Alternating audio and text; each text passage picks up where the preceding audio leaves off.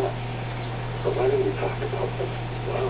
Thanks for calling. I appreciate that. You tell he's touched by that. And I was going to say to him, you know what you have to do now? And what you have to do now is pay it forward.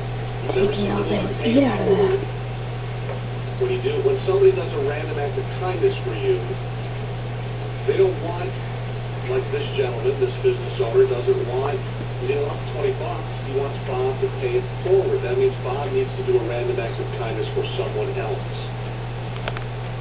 Pay it forward.